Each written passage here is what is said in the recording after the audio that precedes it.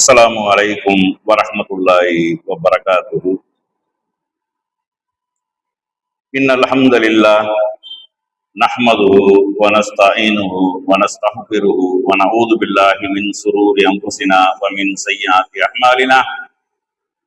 من يهده الله فلا مضل له ومن يضلله فلا هادي له. أشهد أن لا إله إلا الله وحده لا شريك له وأشهد أن محمدا عبده ورسوله. أما بعد فقد قال الله تعالى في القرآن العليم والفرقان المجيد: أعوذ بالله من الشيطان الرجيم. بسم الله الرحمن الرحيم. يا أيها الناس اتقوا ربكم الذي خلقكم من نفس واحدة وخلق منها زوجها وبث منهما رجالا كثيرا ونساء واتقوا الله الذي تساءلون به والأرحام إن الله كان عليكم رقيبا. قال نبينا صلى الله عليه وسلم: إن أصدق الحديث كتاب الله وأحسن الهدي هدي محمد صلى الله عليه وسلم شر الأمور محدثاتها وكل محدثة بدعة وكل بدعة ضلالة وكل ضلالة في النار. எல்லாம் அல்ல அல்லாஹ் சுப்ஹானஹு வ தஆலாவின் நல்லடியார்களே, அல்லாஹுவின் மாபெரும் கருணையினால் புனித ஜும்மா தொழுகைக்காக இங்கே நாம் ஒன்று கூடியிருக்கின்றோம். அந்த வல்ல நாயனின் சாந்தியும் சமாதானமும் நம் உயிரினும் மேலான நபிகள் பெருமானார் ஸல்லல்லாஹு அலைஹி வஸல்லம் அவர்கள் மீதும், அன்னாரை பின்பற்றி வாழ்ந்த சத்திய சஹாபாக்கள், தாபியீன்கள், தபோ தாபியீன்கள், இந்த ஏகத்துவ கொள்கையை உலகமெங்கும் எடுத்துச் சொல்லிய நல்ல அறிஞர்கள் அனைவர் மீதும், குறிப்பாக இங்கே அமர்ந்திருக்கக்கூடிய நம் அனைவர் மீதும் என்றென்றும் நின்று நிலவட்டுமாக என்று பிரார்த்தித்தவனாக, இஸ்லாத்தின் பார்வையில் மீலாதுன் நபி விழா என்ற தலைப்பில்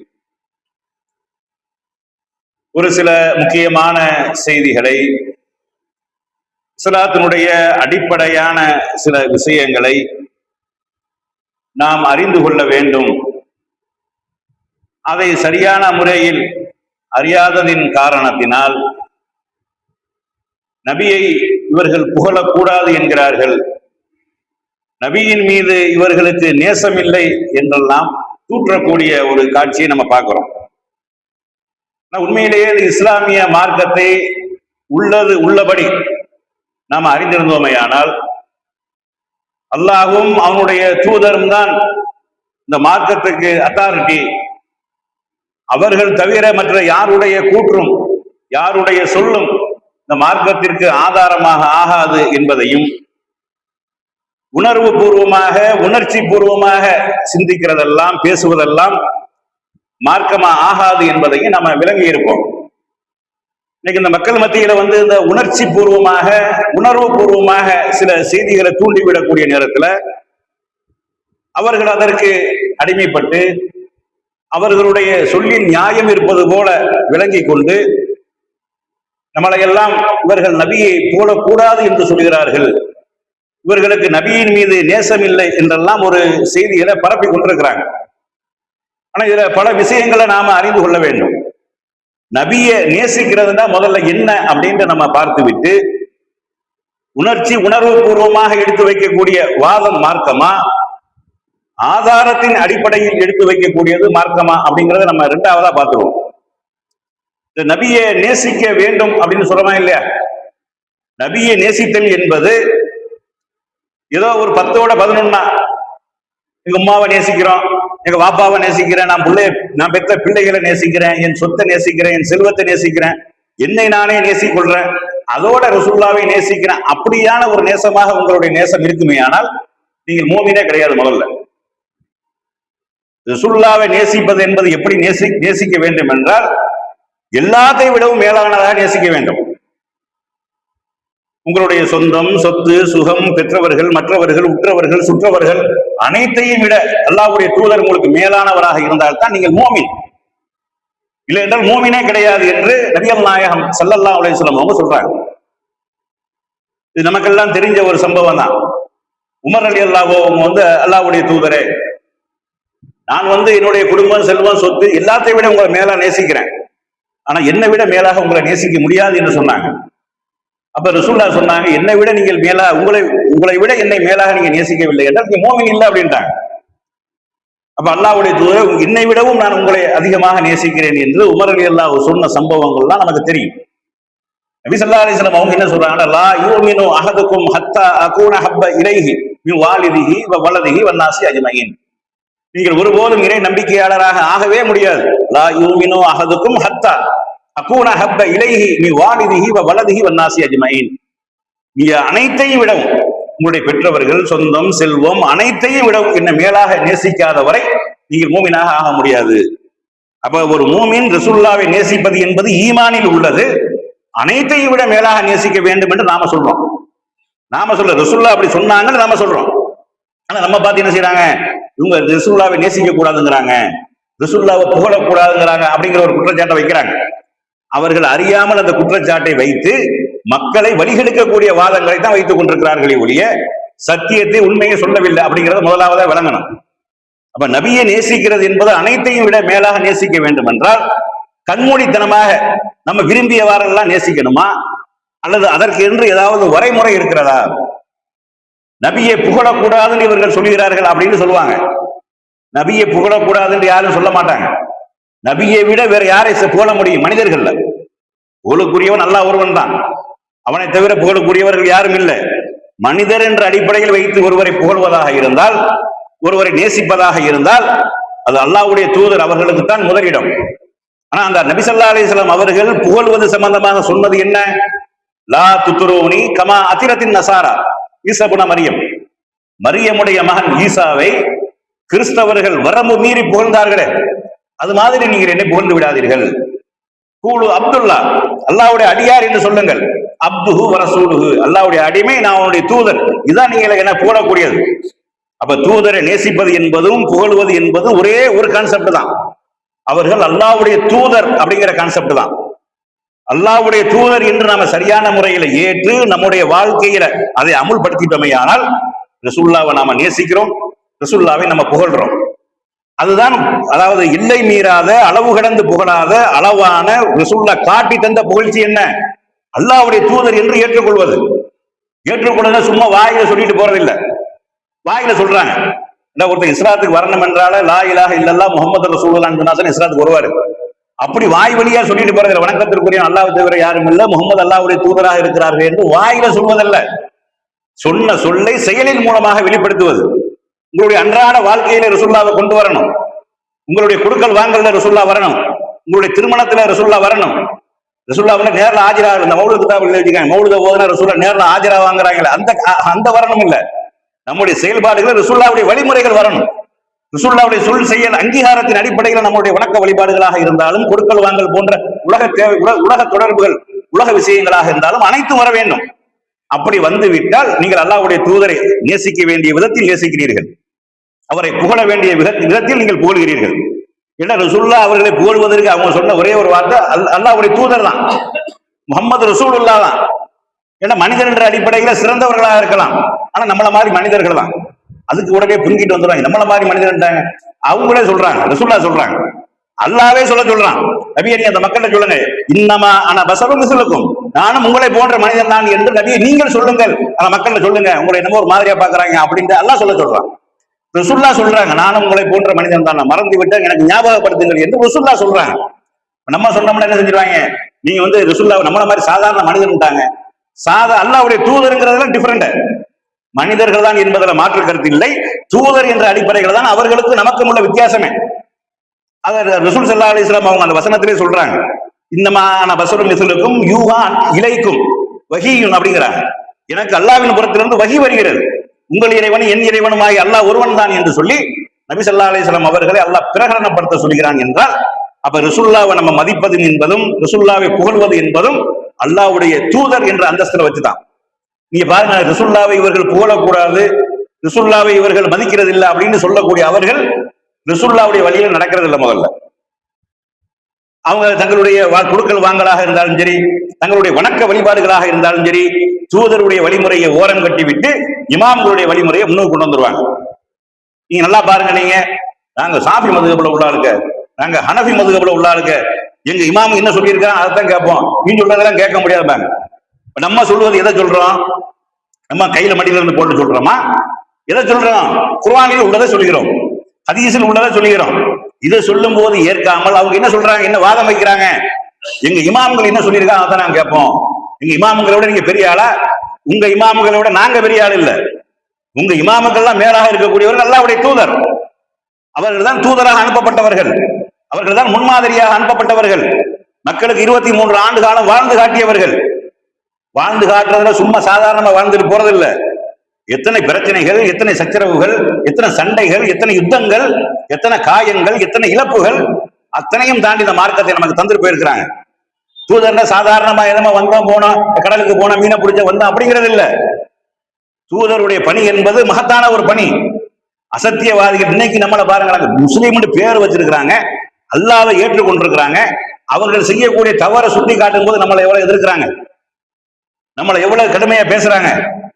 ஆனா அந்த மக்கள், காட்டு மிராண்டி மக்கள், அல்லாஹ்வையும் ஒரு பக்கம் ஏற்றிருந்தா, அல்லாஹ் அல்லாத சிலைகளையும் ஏற்றிருந்தா, அதை விட்டு வெளியாக போது நீ வணங்கக்கூடியது கடவுள் இல்லை என்று சொல்லக்கூடிய நேரத்துல இது வெறும் சாதாரண ஒரு பொருள் தான், உன்னுடைய கற்பனைகள், உன்னுடைய முன்னோர்கள் உண்டாக்கியது என்று சொல்ற நேரத்துல இவ்வளவு பிரச்சனை வந்திருக்காங்க.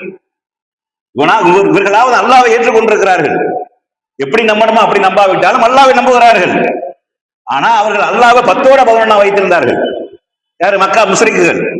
காட்டு மிராண்டித்தனத்தின் உச்சத்தில் இருந்தார்கள், மூட நம்பிக்கையினுடைய உச்சத்தில் இருந்தார்கள். அவர்களுக்கு நன்மையை விட பாவம் என்னன்னே தெரியாது, அப்படி செஞ்சாங்க. என்னன்னே தெரியாது, எல்லாமே செஞ்சதை மட்டும் பாவம். விபச்சாரம் என்பது சர்வ சாதாரணமாக இருந்தது, மது என்பது சர்வ சாதாரணமாக இருந்தது, கொலை என்பது சர்வ சாதாரணமாக இருந்தது, பிறந்த குழந்தைகளை கொள்வது கூட கேட்பார் என்று சாதாரணமாக இருந்தது. இப்படியான ஒரு சமுதாயத்தில் சத்தியத்தை சொல்லி அந்த மக்களை வென்றெடுக்கிறதாக இருந்தால் எவ்வளவு சிரமப்பட்டிருக்கணும். சொந்த ஊர்ல மக்காவுல 13 ஆண்டுகள் நபி ஸல்லல்லாஹு அலைஹி வஸல்லம் அவர்களுடைய வாழ்க்கை நிம்மதியாக இல்லை. அந்த ஊர்ல 40 வருஷத்துக்கு முன்னாடி வரைக்கும் மதிக்கத்தக்க ஒரு மனிதராக இருந்தார்கள், அனைவரும் போற்றக்கூடிய ஒரு மனிதராக இருந்தார்கள், பொய் என்றால் என்னவென்று தெரியாத ஒரு மனிதராக இருந்தார்கள், நம்பிக்கைக்குரியவராக இருந்தார்கள். அந்த மக்களால் மதிக்கப்படக்கூடிய ஒரு மனிதராக இருந்த அல்லாஹ்வுடைய தூதர் தன்னை நபி என்று பிரகடனப்படுத்திய அந்த 13 ஆண்டுகள் அந்த மண்ணில் சுதந்திரமாக வாழ முடியவில்லை. அப்ப இதுல இருந்து என்ன விளங்குது என்றால், சத்தியத்தை சொல்லக்கூடிய நேரத்தில் எதிர்ப்பார்கள். ரசூலுல்லாஹ்வை இவ்வளவு எதிர்த்திருக்கிறார்கள். இன்னைக்கு நம்ம இதையெல்லாம் மார்க்கம் நம்ம மக்கள் சொல்கிறார்களோ, இது ரசூலுல்லாஹ் சொல்லியிருந்தாங்கன்னா ரசூலுல்லாஹ்வை எதிர்த்திருக்கவே மாட்டாங்க. இறந்து போனவர்களை வழிபடுவதும், அவர்களுக்கு கூடு கொடி ஏற்றுவதும், அது மாதிரி போலுங்கிற பேர்ல வரம்பு மீறி எல்லை கடந்து போடுவதும், ரசூலுல்லாஹ்வை அல்லாஹ் இடத்துக்கு கொண்டு போய் வைப்பது, இந்த மாதிரியாக போடக்கூடிய அவுலியாக்கள் மகான் என்று ரசூலுல்லாஹ் அவர்களை அங்கீகரித்திருந்தார்களே. ஆனால் ரசூலுல்லாஹ்வை எதிர்த்திருக்கவே மாட்டாங்க. அவங்க சிலைகளா 360 சிலைகள் வைத்திருந்தான், அதெல்லாம் யாருன்னு நினைக்கிறீங்க நீங்க? சிலது கற்பனையாக இருந்தாலும் சிலது பிரதான பாத்திரங்கள், வாழ்ந்தவர்கள், முக்கியமானவர்கள். அதுல இன்னும் சிலதை சொல்வதாக இருந்தால் நபி என்று அங்கீகரிக்கப்பட்டவர்கள், நல்லடியார் என்று அங்கீகரிக்கப்பட்டவர்கள். இஸ்மாயில் அலைஹிஸ்ஸலாம் அவர்களுடைய சிலை இருந்தது, இப்ராஹிம் அலைஹிஸ்ஸலாம் அவர்களுடைய சிலை இருந்தது, மரியம் அலைஹிஸ்ஸலாம் அவர்களுடைய சிலை இருந்தது, இன்னும் அந்த மண்ணில் வாழ்ந்த நல்லவர்கள் என்ற பெயரில் வாழ்ந்த மனிதருடைய சிலைகள் இருந்தது. இதுதான் மார்க்கம் என்று இருக்குமையானால், இதுதான் இஸ்லாம் என்று இருக்குமையானால், ரசூலுல்லாஹ் அதை அங்கீகரித்திருந்தார்களே ஆனால் ரசூலுல்லாஹ் தான் அப்பயே தலைமை பதவியில் ஏற்றிருப்பான். ஆனா ரசூல் ஸல்லல்லாஹு அலைஹி வஸல்லம் அவர்கள் கொண்டு வந்த கொள்கை, வணக்கத்திற்குரியவன் அல்லாஹ் ஒருவனை தவிர யாரும் கிடையாது, எவனும் கிடையாது, எதுவும் கிடையாது என்பதனாலதான் எதிர்த்தார்கள். அப்ப 13 ஆண்டு காலம் நபியாக பிரச்சாரம் பண்ண முடியாம இந்த ஏகத்துவத்தை நமக்கு சொன்னார்களே, எவ்வளவு அடி உதைகள் வாங்கி இஸ்லாத்தை ஏற்றதுக்காக எத்தனை தோழர்கள் கொல்லப்பட்டார்கள், எத்தனை தோழர்கள் சித்திரவதைக்கு ஆளாக்கப்பட்டார்கள். நபி ஸல்லல்லாஹு அலைஹி வஸல்லம் அவர்களால் நிம்மதியாக வாழ முடியவில்லை. கடைசியாக ரசூலுல்லாஹ்வுடைய தலைக்கு விலை பேசப்பட்டு ஹிஜ்ரத் செஞ்சு மதீனாவுக்கு வர்றாங்க. மதீனா மக்கள் அரவணைத்து ஏற்றுக்கொண்டாலும் ரசூலுல்லாஹ்வை சுத்தி வாழக்கூடியவர்கள் ரசூலுல்லாஹ்வை அழிக்கணும்ன்ற முடிவோட தான் இருக்கிறாங்க, கொல்லணும்ங்கிற முடிவோட தான் இருக்கிறாங்க. அதனாலதான் மக்காவிலிருந்து படையெடுத்து வந்து போரிட்டார்கள், பல்வேறு யுத்த களங்களை சந்தித்தார்கள், பல்வேறு தோழர்கள் சகிதாக்கப்பட்டார்கள். இந்த நேரத்தில் என்ன நடக்குமோ என்று தெரியாத அச்சமும் பீதியும் நிறைந்த ஒரு வாழ்க்கை இருந்ததா இல்லையா? மதீனா வாழ்க்கை. அரசராயிட்டாங்க, மன்னராயிட்டாங்க, ராஜாவாயிட்டாங்க, நிம்மதியான வாழ்க்கையா? திடீர்னு ஒரு நாள் இரவுல பெரிய ஒரு இரைச்சல் சப்தம் கேட்குது. சஹாபாக்கெல்லாம் நடுநடுங்கி பயந்தவர்களாக வெளியே வந்து ரசூலுல்லாஹ்வை பாதுகாக்கிறதுக்காக வர்றாங்க. என்னாச்சு ஏதாவது ஏதோ திடீர்னு பிரச்சனை இருக்குது, ரசூலுல்லாஹ்வுக்கு எதுவும் நடந்துடக்கூடாதுன்னு ரசூலுல்லாஹ்வை பாதுகாக்கிறதுக்கு வராங்க. ஆனா ரசூல் ஸல்லல்லாஹு அலைஹி வஸல்லம் அவர்கள் எந்த திசையிலிருந்து அந்த சப்தம் வந்ததோ அந்த திசையிலிருந்து குதிரைகளை, கடிவாளம் பூட்டப்படாத குதிரைகளை ரசூலுல்லாஹ் வராங்க. நான் போய் பார்த்துட்டு வந்தேன், ஒரு பிரச்சனை பயப்படாதே அப்படின்னு. இப்ப மக்களை பாதுகாக்கக்கூடியவர்களாம் ரசூலுல்லாஹ் இருந்தாங்க. ரசூலுல்லாஹ்வை காக்க வேண்டும் என்ற எண்ணத்தில் சஹாபாக்கள் இருந்தார்கள் என்றால் நிலைமை எவ்வளவு மோசமா இருந்திருக்கும். அப்படி பாதுகாக்கப்பட்டு ரசூலுல்லாஹ் நம்ம கையில தந்துட்டு போனாங்க மார்க்கத்தை. இவங்க தூதரை பின்பற்றாம நம்மள தூதரை நேசிக்கவில்லை என்று சொல்லிட்டு அவங்க தூதரை பின்பற்றுறது கிடையாது. எங்க இமாம்கள் எழுதி வச்சுட்டு போயிட்டாங்க, எங்க இமாம்கள் சொல்லிட்டு போயிட்டாங்க, அவங்கள காட்டிக்கினீங்களா? நம்ம அவங்கள காட்டிங்க இல்ல, அவங்க அல்லாஹ்வுடைய தூதர் கால் தூசிக்கு சமமா ஆவார்களா? யாரா இருக்கட்டும். அப்ப தூதர் காட்டிய வழிதான் நமக்கு மார்க்கமாக ஆக்கப்பட்டிருக்கிறது. தூதரை நேசிப்பது என்றால் அவர்களை தன்னுடைய வாழ்க்கையிலுடைய அனைத்து விஷயங்களையும் கொண்டு வர வேண்டும். எல்லா விஷயங்களையும் அவரை ஃபாலோ பண்ண வேண்டும். தூங்கும் போது அல்லாஹும்ம பிஸ்மிக வஅமூது வாஹியா என்று சொன்னால் இந்த தூதரை ஏற்றுக்கொண்டிருக்கின்ற அர்த்தம். விழிக்கும் போது அல்ஹம்துலில்லாஹி அல்லதி அஹ்யானா பஅதமா அமாதனா வ இலைஹின் நுஷூர் என்று சொன்னால் தூதர் வழியில எந்திருக்கிறீர்கள் என்று அர்த்தம். சாப்பிடும் போது பிஸ்மி சொன்னீர்களே ஆனால் தூதரை நேசிக்கிறீர்கள் என்ற அர்த்தம். சாப்பிட்டு முடிஞ்ச உடனே அல்ஹம்துலில்லாஹ் சொன்னா தூதரை நேசிக்கிறீர்கள் என்ற அர்த்தம். ஏன் உங்களுடைய இயற்கை தேவையை நிறைவேற்றுவதற்காக நீங்கள் பாத்ரூம் செல்லும் போது அல்லாஹும்ம இன்னி அஊது பிக மின் குர்ஸி வல் கஃபாயிஸி என்று நீங்கள் சொன்னால் நீங்கள் ரசூலுல்லாஹ்வை நேசிக்கிறீர்கள் என்று அர்த்தம். ஏன் உங்களுடைய வாழ்க்கையில ரசூலுல்லாஹ் வந்து விட்டார்கள். ரசூலுல்லாஹ் சொன்ன சொல் செயல் அங்கீகாரம் உங்களிடத்துல பிரதிபலிக்கிறது. ஆனா இப்படி அவங்களுடைய வாழ்க்கை இருக்கிறதா? இமாம்கள் அடிப்படை மதுஹப் என்ன சொல்லுதோ அந்த அடிப்படை தான் தொழுகையை வகுத்து வச்சிருக்காங்க. மதுஹப்ல இமாம்கள் என்ன சொல்லியிருக்காங்க அந்த அடிப்படையில தான் ஹஜ் போன்ற வணக்க வழிபாடுகளை வகுத்து வச்சிருக்காங்க. இது நிறைய விஷயங்கள் தூதருடைய வழிமுறைக்கு மாற்றமாக இருக்குது என்று சுட்டி காட்டினாலும் எங்க இமாம் சொல்லிட்டு போயிட்டாரு, அவரை காட்டி நீங்க பெரிய ஆளா இப்படிங்கிற வாதத்தை வச்சு மட்டம் தட்டுறாங்களே. இவர்கள் நம்மளை பார்த்து சொல்கிறார்கள், நீங்க தூதரை போட மாட்டேங்கிறீங்க, நீங்க தூதரை நேசிக்க மாட்டேங்கிறீங்க, நீங்க தூதரை நேசிக்க கூடாதுன்னு சொல்றீங்க, தூதரை போடக்கூடாதுன்னு சொல்லி நம்மளை பார்த்து சொல்றாங்க. அப்ப அடிப்படையாக விளங்கிக் கொள்ளக்கூடிய விஷயம், ரசூலுல்லாஹ்வை நேசிப்பது என்றால், ரசூலுல்லாஹ்வை புகழ்வது என்றால் அல்லாஹ்வுடைய தூதர் என்ற அளவுல வச்சு புகழணும். அதான் ரசூலுல்லாஹ் நம்மளை புகழ சொன்னாங்க. லா துத்ரூனி கமா அதிரத்தின் நசாரா ஈசா இப்னு மரியம், மரியமுடைய மகன் ஈசாவை கிறிஸ்தவர்கள் புகழ்ந்த மாதிரி வரம்பு மீறி எல்லை மீறி புகழ்ந்தார்களே அந்த மாதிரி புகழ்ந்துறாதீங்க. அல்லாஹ்வுடைய மகன் தாங்க, அல்லான்னு சொன்னாங்க, எல்லா ஆற்றலும் இருக்குண்டாங்க, எல்லாம் செய்வாண்டாங்க. இவங்க அப்படி நம்புறாங்க ரசூலுல்லாஹ்வை. மௌலிது கிதாபை எடுத்து நீங்க படிக்கிறீங்க, சுந்தர தமிழில் சுபஹான மௌலிது தமிழ்ல எழுதியிருக்கிறாங்க. அரபி தெரியவில்லை என்றால் அதுக்கு அடுத்த தமிழ் அவங்களே போட்டிருக்கிறாங்க. எடுத்து படிங்க, நீங்க படிச்சு பாருங்க. நீங்க இப்படி எல்லாம் நம்மளை நரகத்தினுடைய பாதைக்கு அழைத்து செல்கிறார்கள் என்பது உங்களுக்கு அப்ப விளங்கும். அது ரசூலுல்லாஹ்வுடைய அல்லாஹ்வுடைய தூதராக தான் இருந்தார்கள், அல்லாஹ்வாக இல்லை. பாவங்களை மன்னிக்கக்கூடியவர்களாக இல்லை. மன்னிக்கும் அதிகாரத்தை ரசூலுல்லாஹ்க்கு அல்லாஹ் வழங்கவும் இல்லை. ரிஸ்க் தர அதிகாரம் ரசூலுல்லாஹ்க்கு கொடுக்கப்படவும் இல்லை. இதெல்லாம் எழுதி வச்சிருக்கிறாங்க. பொய்யாகவும் புரட்டாகவும் இப்படி ஏராளமான விஷயங்கள் சொல்லப்பட்டிருக்கிறது. இது ஒரு கான்செப்ட். அடுத்து இன்னொன்னு என்ன, உணர்ச்சியை தூண்டுறது மாதிரி என்ன செய்யறது, சொல்றது. ஆதாரம் காட்டுறது இல்லை, ஆதாரத்தை காட்டுவதில் உணர்ச்சி. அல்லாஹ்வுடைய தூதர் யார் தெரியுமா? இறுதி தூதராக வந்தார்கள், மனித குலத்திலே சிறந்தவர்கள். அவர்களை நம்ம புகழக்கூடாதா? அவர்களை நம்ம நேசிக்க கூடாதா? அவர்களுக்கு மீளாதவரா கொண்டாடக்கூடாதா? அண்ணாவுக்கு கொண்டாடுறாங்க, கலைஞருக்கு கொண்டாடுறாங்க, ஜெயலலிதாவுக்கு கொண்டாடுறாங்க, அவர்களுக்கு கொண்டாடுறான், இவர்களுக்கு கொண்டாடுறான், நம்ம ரசூலுல்லாஹ்வுக்கு கொண்டாடக்கூடாதா? அப்படின்ற ஒண்ணா நமக்கு என்ன செய்யும்? சரிதானே? இவங்க எல்லாம் இவர்கள் எல்லாம் யாரு? அண்ணா யாரு? பெரியார் யாரு? இவர்கள் எல்லாம் மனிதர்கள். ஜெயலலிதா யாரு? இவரெல்லாம் ஒரு முதலமைச்சர். கருணாநிதி இவரெல்லாம் ஒரு முதலமைச்சர். இவர்களுக்கே ஒரு பிறந்த நாள் கொண்டாடுறாங்க, நம்ம அல்லாஹ்வுடைய கொண்டாடக்கூடாதா? அப்படிங்கிற ஒரு வாதத்தை வச்சோன்னு நம்ம ஆளுக்கு நிறைய பேர் என்ன, சரிதானே, எல்லாத்துக்கும் நம்ம ரசூலுல்லாஹ்க்கு செஞ்சா என்ன, ரசூலுல்லாஹ்வை காட்டி சிறந்தவர்கள் யாரு அப்படிங்கிற ஒரு நிலைமைக்கு நம்ம போயிடுறோம். இதுல என்ன நம்ம பார்க்கணும்டா, இப்படி உணர்ச்சியை தூண்டுற மாதிரி பேசக்கூடியதெல்லாம் மார்க்கமாகாது. மார்க்கம் என்பது ஆதாரத்தில் நிறுவப்பட வேண்டும். மார்க்கமாக இருந்தால், நன்மையாக இருந்தால், புண்ணியமாக இருந்தால், இறைவனுடைய பொருத்தத்தை பெற்றுத் தரக்கூடிய ஒரு காரியமாக இருந்தால் ரசூலுல்லாஹ் சொல்லாமல் சென்றிருப்பார்களா? ரசூலுல்லாஹ் சொல்லாமல் ஒன்று சென்றிருப்பார்களே ஆனால் அது இறைவனுடைய அன்பை பெற்று தருமா? அப்படி நம்ம பார்க்கணும். இஸ்லாத்தை பொறுத்தளவுக்கு மார்க்கம் முழுமையாயிருச்சுலங்க. இது எல்லாரும் நம்புறோம்ல, அல்யௌம அக்மல்து லக்கும் தீனக்கும், இந்த மார்க்கத்தை, இஸ்லாமிய மார்க்கத்தை நான் பரிபூர்ணப்படுத்தி விட்டேன் நல்லா சொல்றான். மார்க்கத்தை பரிபூர்ணப்படுத்தி விட்டேன் என்றால் என்ன அர்த்தம்? நன்மையான காரியங்கள் அனைத்தும் சொல்லப்பட்டு விட்டது. இதெல்லாம் நரகத்திற்கு கொண்டு சொல்லப்படுமோ அந்த காரியங்கள் அனைத்தும் உங்களுக்கு தெளிவுபடுத்தப்பட்டு விட்டது. இறைவனுடைய அன்பை பெற்றுத் தரக்கூடிய வணக்க வழிபாடுகள் எல்லாம் உங்களுக்கு சொல்லித் தரப்பட்டு விட்டது. இதுக்கு சொல்லாமல் விடப்பட, இதான அதுக்கு அர்த்தம். முழுமைங்கிறதுக்கு அர்த்தம் அதானங்க. ஒரு கிளாஸ்ல ஃபுல்லா பாலை ஊத்துறோம், நிறைஞ்சு முழுமை அடைஞ்சிருச்சு. இதுக்கு என்ன அர்த்தம்டா? இனி ஒரு சொட்டு உள்ள ஊத்துனா வெளியே வந்துடும் அர்த்தம். ஒரு சொட்டு பாலுக்கு பதிலாக ஒரு சொட்டு தண்ணியை உள்ள ஊத்துனோம்னா ஒரு சொட்டு பால் வெளியே போயிரும் அர்த்தம். அப்ப மார்க்கம் முழுமையாக நிறைவுபடுத்தப்பட்டது என்றால் அதுல என்ன இருக்குதோ அதான் மார்க்கம். உணர்ச்சியை தூண்டுற மாதிரி, உணர்வுகளை தூண்டுற மாதிரி பேசக்கூடியதெல்லாம் மார்க்கம் ஆகாது. இப்ப நீங்க பாருங்க, யார் யாருக்கா பிறந்த நாள் கொண்டாடுறாங்களா இல்லையா? ஏன் நம்ம ரசூலுல்லாஹ்வுக்கு பிறந்த நாள் கொண்டாடக்கூடாது வாதம் வைக்கிறாங்களா இல்லையா? இவர்கள் நம்ம கேட்கிறோம். இப்ப ரசூல் ஸல்லல்லாஹு அலைஹி வஸல்லம் அவர்கள் மார்க்கத்தில் இது ஒரு அம்சமாக இருந்தால், இது ஒரு மார்க்கத்தினுடைய ஒரு வழிமுறையாக இருந்தால், இதற்கு நன்மை இருக்கிறது என்று இருந்தால் ரசூலுல்லாஹ் அதை செஞ்சிருப்பாங்களா இல்லையா? சரி, ரசூலுல்லாஹ் செய்யல, தனக்கு தானே எப்படி பிறந்த நாள் கொண்டாடுறோட ரசூலுல்லாஹ் இருந்திருக்கலாம். சஹாபாக்கள் ரசூலுல்லாஹ்க்கு செஞ்சிருப்பாங்களா இல்லையா? சரி, சஹாபாக்கள் நம்ம அல்லாஹ்வுடைய தூதர் வாழ்ந்துட்டு இருக்கிறோம், சரி இப்ப காலம் உள்ள பின்னாடி ஒரு மக்கள் செய்யணுமே அப்படி அல்லாஹ் குர்ஆன்ல சொல்லியிருப்பானா இல்லையா? அல்லாஹ்வுடைய தூதர் சொல்லியிருப்பாங்களா இல்லையா? இதுல ஏதாவது ஒண்ணு நடந்திருக்கிறதா? ரசூலுல்லாஹ் தனக்காக பிறந்த நாள் கொண்டாடினார்களா? பிறந்த நாள் கொண்டாடு மாதிரி சொன்னார்களா? ரசூலுல்லாஹ் வாழக்கூடிய காலத்தில் சஹாபாக்கள் ரசூலுல்லாஹ்வுக்காக பிறந்த நாள் கொண்டாடினார்களா என்றால் இல்லவே இல்லை. அப்ப பிறந்த நாள் கொண்டாடுவது என்பது இஸ்லாத்தில் இல்லைங்கிற தெளிவாயிருக்கு. சரி, பிறந்த நாள் கொண்டாடுவதாக இருந்தால் ரசூலுல்லாஹ் முந்தைய நபிமார்களுக்கு கொண்டாடி இருப்பாங்க. முந்தைய நபிமார்கள் அது ஒரு வழக்கத்தில் நடந்து வந்துகிட்டு இருக்கா இல்லையா?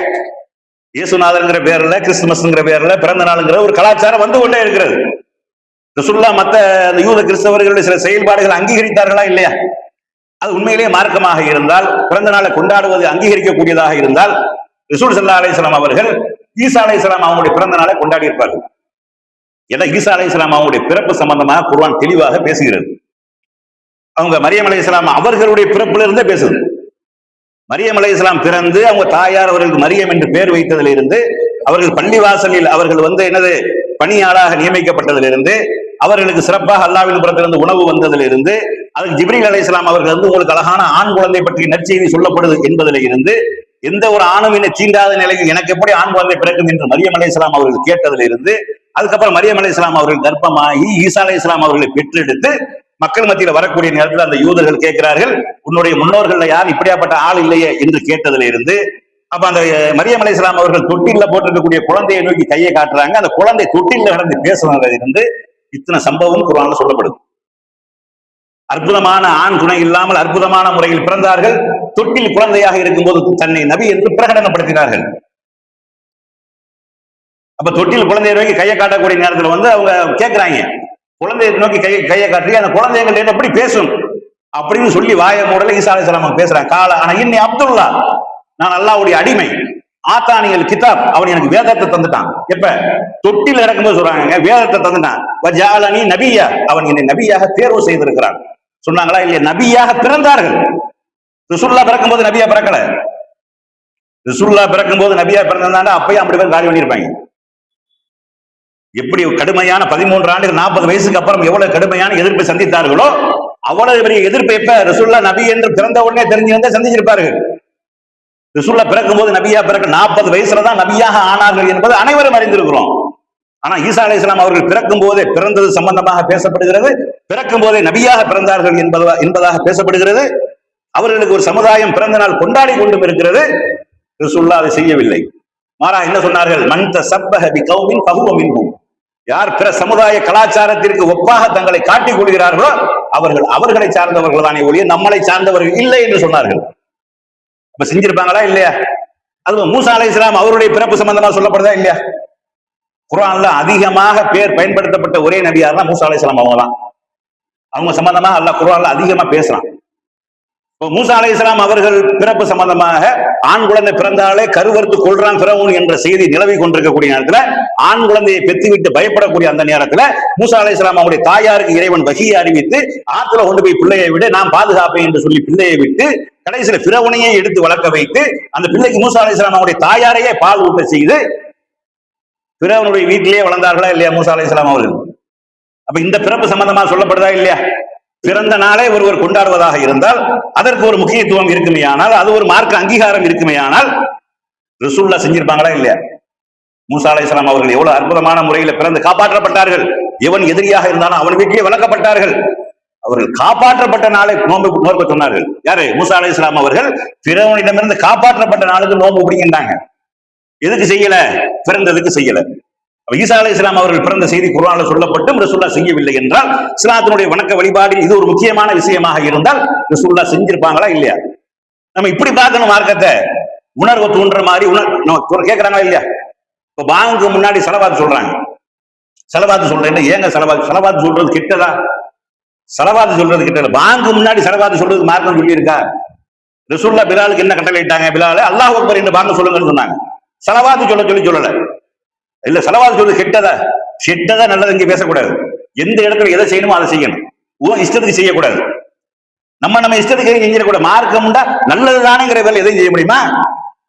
குர்ஆன்ல அல்ஹம்துலில்லாஹ் அப்படிங்கிற வார்த்தையும் தான் இருக்குது. இன்னா லில்லாஹி வ இன்னா இலைஹி ராஜிஊன் அப்படிங்கிறது குர்ஆன்ல தான் இருக்குது. இது ரெண்டும் எங்க பயன்படுத்தணும்? அங்கதானே பயன்படுத்தணும். 10 வருஷமா புள்ள இல்லாம ஒருத்தன் புள்ள பெத்துட்டு வந்து மாப்பிள்ள புள்ள பெத்துட்டா அப்படின்னு சொல்றான். இன்னா லில்லாஹி வ இன்னா இலைஹி ராஜிஊன் செருப்பு கட்டி அடிச்சு விடுறான். ஏன்? இன்னா லில்லாஹி இதுக்கு சொல்றது இல்ல. சொல்லணும். குர்ஆன்ல இருக்குது. ஒரு எழுத்துக்கு 10 நன்மை குர்ஆன்ல ஓதும் போது சொன்னால், ஆனா இது இங்க சொல்வது இல்லை. அது மாதிரி சொல்றான் அவர் தான். எங்க அம்மா இவ்வளவு கிடையாது பாசமா வளர்த்த என் தாய் மொத்தா போயிட்டாங்க. அல்ஹம்துலில்லாஹி ரப்பில் ஆலமீன். அப்ப என்ன செஞ்சிடும்? பஞ்சாயத்து ஆகி போயிடும். அது அங்க சொல்ல வேண்டிய வார்த்தை இல்ல. அப்ப எதை எங்க சொல்லணும்னு இருக்கா இல்லையா? ஸலவாத்து அத்தையாத்தை ஓதிட்டு ஸலவாத்து சொல்லுங்க. சும்மா இருக்கீங்களா ஸலவாத்து சொல்லுங்க. பாங்கு முன்னாடி ஸலவாத்து சொல்லி உனக்கு யார் சொல்லி தந்தது?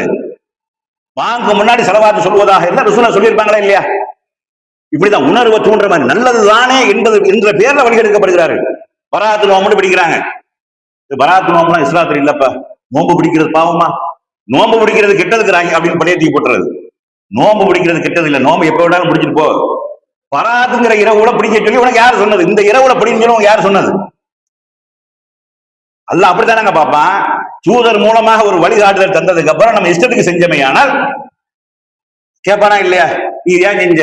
நல்லதுதானே இருக்கிற போது நான் சொல்லி தந்தேன் அந்த இடத்துல செய்ய சொல்லி. இப்ப தொழுகிற ஒரு ஆள் அல்லாஹ் தக்பீர் கட்டிட்டாரு. தக்பீர் கட்டினா என்ன ஓதணும்? அல்லாஹும்ம பாயிது பைனி ஓதணும். ஒரு ஆள் என்ன செய்யறாரு? அதுக்கு பதிலாக ஓதுறாரு. என்ன ஸலவாத்தை ஓதுறாரு. அல்லாஹும்ம ஸல்லி அலா முஹம்மது. ஜும்மா அதாவது சுன்னத் ஜமாத்துல இமாம் ஓதுறான்னு வைங்க. நம்ம ஓத மாட்டோம், அவங்க ஓதுறான்னு வைங்க. அப்ப பின்னாடி ஒரு ஆள் கேட்கிறாரு, ஏங்க தக்பீர் கட்டின உடனே வஜியத்து ஓத சொல்லி இருக்குது, அல்லது அல்லாஹும்ம பாயிது பைனி ஓத சொல்லி இருக்கு, நீங்க ஸலவாத்து ஓதுறீங்க? ஸலவாத்து ஓதுறது நல்லது தானே அப்படின்னு சொன்னா ஒத்துக்குறீங்களா? நீங்க ஏத்துக்குறோமா? யாரா ஏத்துக்குறோமா? ஒரு ஆள் ஃபஜருக்கு ஒரு இமாம் ஃபஜருக்கு 4 ரக்காத் தொழுகிறாரு. ஏங்க 4 ரக்காத்? ஏங்க லுஹருக்கு 4 இருக்குது, அஸ்ருக்கு 4 இருக்கு, இஷாக்கு 4 இருக்குது. ஏங்க ஃபஜருக்கு மட்டும் 2 அதை 4 ஆக்கிடுவோமுங்க. 4 துழுவ கூட இருக்குதா? 4 துழுவ கூட ரசூலுல்லாஹ் சொல்லியிருக்காங்களா? தொழுகிறது நல்லதானங்க, 2 ரக்காத் எக்ஸ்ட்ரா தானங்க தொழுதுருக்கான் அப்படின்னு சொன்னா ஏத்துக்குறோமா? உணர்வுகளை தூண்டுற மாதிரி, உணர்ச்சிகளை தூண்டுறது மாதிரி நல்லது தானேங்கிற பேர்ல வரக்கூடியதெல்லாம் நல்லது கிடையாது. ஆதாரத்தின் அடிப்படையில் வரக்கூடியதான் நல்லது. சான்றுகள் அடிப்படையில் இருக்கணும். ஆதாரத்தை காட்டு. மார்க்க விஷயமாக ஒன்று செய்வதாக இருந்தால், ஒரு காரியத்தை செய்வதாக இருந்தால் இறைவனுடைய அன்பை பெற்றுத்தரும் என்பதற்காகவோ அல்லது நபியினுடைய அந்த ஸஃபாஅத்தை பெற்றுத்தரும் என்று இருக்குமே, ஆனால் அதற்கு உண்டான ஆதாரத்தை காட்டுங்க. பாங்கு சொன்னதுக்கு அப்புறம் ரசூலுல்லாஹ் ஸலவாத்து சொல்லிட்டாங்க. முன்னாடி சொல்லல, பின்னாடி சொல்லுங்கட்டாங்க. அதுக்கப்புறம் எனக்காக வசீலா தேடுங்கட்டாங்க. மறுமையில உங்களுக்கு நான் பரிந்துரை செய்வேன்டாங்க. இது இருக்குது. முன்னாடி சொல்வது இல்லை. அப்ப இல்லாத விஷயங்களை செய்வது என்பது அது பெரிய பாவமா போயிடும், வழிகேடா போயிடும். அதனாலதான் நபி ஸல்லல்லாஹு அலைஹி வஸல்லம் அவர்கள் அந்த மக்களை எச்சரித்தார்கள். என்ன எச்சரித்தாங்க? என்னுடைய அனுமதி இல்லாமல் ஒரு காரியத்தை நீங்கள் செய்தால் அது ரத்து செய்யப்படும், இறைவனால் நிராகரிக்கப்படும் என்று நபி ஸல்லல்லாஹு அலைஹி வஸல்லம் சொல்றாங்க. மன் அமில அமலன் லைஸ அலைஹி அம்ருனா ஃபஹுவ ரத்துன். என்னுடைய உத்தரவு இல்லாமல் ஒரு காரியத்தை நீங்கள் செய்தால், ஒரு வணக்கத்தை நீங்கள் செய்தால் அது அல்லாஹ்விடத்துல ஏற்றுக்கொள்ளப்படாது. நல்லதுதான் நீங்க செய்வீங்க, அது அல்லாஹ் நல்லதுன்னு பார்க்க மாட்டான், நான் சொன்னான்னு கேட்பான், பாப்பான். குர்ஆன் கத்தம் பாத்தியா ஓதுறாங்களாங்க, என்னங்க சொல்றாங்க? குர்ஆன் ஓதுறது கூடாதுங்கிறாங்க. குர்ஆன் ஓதக்கூடாது, அல்லாஹ்வுடைய வேதமா இல்லையா? குர்ஆன் ஓதுறது தப்பா? ஒரு எழுத்துக்கு 10 நன்மை இருக்கு சொல்றாங்க. குர்ஆன் ஓதுறது நன்மைதான், ஒரு எழுத்துக்கு 10 நன்மை தான். மௌத்தா போன வீட்டுல குர்ஆன் ஓதி யார் சொன்னது? அது பார்சல் பண்ண சொல்லி யார் சொன்னது? அதை சொல்லு. குர்ஆன் ரசூலுல்லாஹ்க்கு தானே அருளப்பட்டது. ரசூலுல்லாஹ் காலத்துல மௌத்தா போனவங்க இருந்தாங்களா இல்லையா? மௌத்தா போனாங்களா இல்லையா? ரசூலுல்லாஹ்வுடைய மகன் 3 மகள்கள் மௌத்தா போனாங்க. ரசூலுல்லாஹ்வுடைய மகன் மௌத்தா போனாங்க. அது மாதிரி ரசூலுல்லாஹ்வை நேசித்து எத்தனையோ தோழர்கள் மௌத்தா போனாங்க. மௌத்தா போன யாருக்காவது குர்ஆனை ஓதி அனுப்பி விட்டாங்களா? இந்த பார்சல் பண்ணி விட்டாங்களா? ஜிபே போன் பேல அனுப்புற மாதிரி சென்ட் பண்ணி விட்டாங்களா? இந்த உங்களுக்கு 2 குர்ஆன் பார்சல் பண்ணப்பட்டிருக்கு அப்படின்னு சொன்னாங்களா? இல்ல. வணக்கமாக மார்க்கமாக எல்லாம் செஞ்சிருப்பாங்களா இல்லையா? ரிசூலுல்லாஹ் செய்யாத ஒண்ணு நீங்க செஞ்சீங்கன்னா அது எப்படி நல்லதா போகும்? நல்லது நல்லதுங்கிறீங்க, ரிசூலுல்லாஹ் செய்யாத ஒரு வணக்கத்தை நீங்க செய்தால் அது எப்படி நல்ல வணக்கமா போகும்? அது எப்படி இறைவனால் அங்கீகரிக்கப்பட்டதா ஆகும்? அப்ப நம்ம உணர்வுகளையும் உணர்ச்சிகளையும் தூண்டார்கள் என்பதற்காக நீங்க பலிகடாவாயிடக்கூடாது. அது கேட்டுலதான் முடியும், வழிகேட்டுலதான் கொண்டு போய் முடியும். உணர்வு பூர்வமா சொல்லலாம், உணர்ச்சி பூர்வமா சொல்லலாம், ஆதாரத்தை கொண்டு சொல்லணும். ஆதாரத்தின் அடிப்படையில் சொல்லலாம். ஆதாரம் இல்லாமல் உணர்வு பூர்வமாக உணர்ச்சி பூர்வமாக உங்களுக்கு சொல்வார்களே ஆனால் அது நல்லதாக இருக்காது. இப்படி எத்தனையோ விஷயங்கள் என்ன செய்யறாங்க, நல்லதுதானே என்கிற பேர்ல தான் நிறைய செய்யறாங்க. ஆனா அது நல்லது கிடையாது. நல்லது என்றால் குர்ஆன்ல காட்டு, நல்லது என்றால் ஹதீஸ்ல காட்டுங்க. ஹதீஸ் தமிழ்ல வந்துருச்சுல, புகாரி முஸ்லிம் அபுதாவுத் திருமதி எல்லாம் தமிழ்ல வந்துருச்சு. எடுத்து காட்டுங்க, எங்க இருக்குது காட்டுங்க. பிறந்த நாள் கொண்டாடணும் ரசூலுல்லாஹ்க்கு கொண்டாடாம யாருக்கு கொண்டாடுறது? இப்ப வந்துட்டாங்க, என்ன வந்துட்டாங்கடா, அந்த நம்ம எடுத்து வச்ச வாதங்கள் அடிச்சு அடியில் என்ன செஞ்சிட்டாங்க, சரி நாங்க ஊர்வலம் போலங்க, நாங்க மௌலுது ஓதலைங்க, சீரணி நாசா கொடுக்கலங்க, நாங்க ஒரு 100 சலவாத்து சொல்றோம், அது தப்பா அப்படின்னு கேட்கிறாங்க. சலவாத்துங்கிறது பாவமா கேட்கிறாங்களா இல்லையா? கேட்டிருக்கிறாங்க. சலவாத்து பாவம் இல்ல, ரசூலுல்லாஹ் பிறந்தார்கள் என்பதற்காக நீ உட்கார்ந்து சலவாத்து ஓதி அதை ஓத சொன்னாங்களா, ஓதினார்களா? 100 முறை சலவாத்து ஓதுனா தப்பா? நீ 100 முறை ஓதுனாலும் 1000 முறை சும்மா உட்கார்ந்து ஓது, தப்பு கிடையாது. ஒவ்வொரு நாளும் உட்கார்ந்து சலவாத்து அதிகமாக சொல்லுங்கள். சலவாத்து சொல்வதை பத்தி மார்க்கம் சொல்லி இருக்கிறது. ஆனால் நபி ஸல்லல்லாஹு அலைஹி வஸல்லம் அவர்கள் பிறந்தார்கள் என்பதற்காக ரபியுல் அவ்வல் 12 தேர்ந்தெடுத்து அதற்காக நீங்கள் வணக்க வழிபாடுகள் இபாதத்து நல்லறங்கள் என்கிற பேர்ல நீங்க செய்தால் அது மார்க்கம் இல்ல. அப்ப இதை என்ன சொல்ல போனா, ரசூலுல்லாஹ் பிறந்தது ரபியுல் அவ்வல் 12 என்பதற்கே ஆதாரம் கிடையாது. எத்தனையோ கருத்துகள் அது ஒரு கருத்து. அது மாதிரி ரசூலுல்லாஹ் மௌத்தா போனார்கள் என்பதற்கு தான் ஆதாரம் இருக்கிறது. வலுவான ஆதாரம் என்ன இருக்குது? ரபியுல் அவ்வல் 12 மௌத்தா போனாங்க.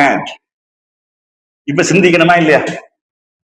அதே மாதிரி ரசூல் ஸல்லல்லாஹு அலைஹி வஸல்லம் அவர்கள் அந்த நோன்பு பிடித்தார்களா, திங்கக்கிழமை நோன்பு பிடிச்சாங்க. அது சம்பந்தமா சொல்லும் போது நான் திங்கக்கிழமை பிறந்தாங்க, ரசூலுல்லாஹ் திங்கக்கிழமை பிடிச்சாங்க. வியாழக்கிழமை திங்கள் வியாழன் நோன்பு பிடிக்கிறத பத்தி சிறப்பித்து சொல்லப்பட்டிருக்கிறது. திங்கக்கிழமை ஏன் நோன்பு பிடிக்கிறேன், அன்று நான் பிறந்தேன்னாங்க. ரசூலுல்லாஹ் மௌத்தா போனது திங்கக்கிழமை தான். ரசூலுல்லாஹ் மௌத்தா போனது அது மார்க்கம் இல்ல, சொன்னது மார்க்கம். ரசூலுல்லாஹ் மௌத்தா போனது திங்கக்கிழமை தான். திங்கக்கிழமை நம்ம நோன்பு பிடிச்ச ரசூலுல்லாஹ் மௌத்தா போனாங்கிறதுக்காக பிடிக்கல, ரசூலுல்லாஹ் சொன்னாங்கிறதுக்காக தான் பிடிக்கிறோம். ஆனா பிறந்த நாள் கொண்டாடு, ரசூலுல்லாஹ் பிறந்த நாள் ரபியுல் அவ்வல் 12 ரசூலுல்லாஹ் சொல்லல, ரசூலுல்லாஹ் கொண்டாட சொல்லல, ரசூலுல்லாஹ் நான் 12 பிறந்ததுன்னு சொல்லல. ஆனா மௌத்தா போனது ரபியுல் அவ்வல் 12 தெரியுது. இப்ப நீ கொண்டாடுறது எதுக்காக கொண்டாடுற? பிறந்ததுக்கு தெளிவான ஆதாரம் இல்ல, ரசூலுல்லாஹ் சொல்லவில்லை. மௌத்தா போன ரசூலுல்லாஹ் சொல்ல முடியுமா? நான் ரபியுல் அவ்வல் 12 மௌத்தா போன ரசூலுல்லாஹ் சொல்ல முடியாது. ரசூலுல்லாஹ் மௌத்தா போயிட்டாங்களே, பின்னாடி உள்ளவங்க தான் சொல்லுவாங்க. சொன்னது ரபியுல் அவ்வல் 12 இருக்குது, கொண்டாட சொன்னதுக்கு ஆதாரம் இல்ல, கொண்டாட இல்ல ரசூலுல்லாஹ், முந்தைய நபிமார்களுக்கும் செய்யவில்லை. இப்ப தெளிவா இருக்கக்கூடிய சான்று என்ன? ரசூலுல்லாஹ் ரபியுல் அவ்வல் 12 மரணித்தார்கள், திங்கக்கிழமை மரணித்தார்கள் இருக்கு. இப்ப நீ கொண்டாடுறியா? எதுக்கு கொண்டாடுற? ரசூலுல்லாஹ் பிறந்தாங்கிறதுக்கு ஆதாரம் இல்லை. அப்ப மௌத்தா போனதை கொண்டாடக்கூடிய ஒரே சமுதாயம் இந்த சமுதாயமா இருக்கு. இறந்து போனதை விழாவாக கொண்டாடக்கூடிய, அவங்களாம் நினைவேந்தல் சொல்லிட்டு ஏதாவது நினைவுண்டால் நினைவேந்தல் சொல்லிட்டு மௌன அஞ்சலி செலுத்திட்டு போவாங்க. இவன் கொண்டாடுறான், நல்ல கறியும் ஜோரா ஆக்கி சட்டி சட்டியா பரத்தி பாட்டு படிச்சு குதூகலத்துல கொண்டாடுறாங்களா இல்லையா? செய்தான் இதை பார்த்தா சிரிப்பான்.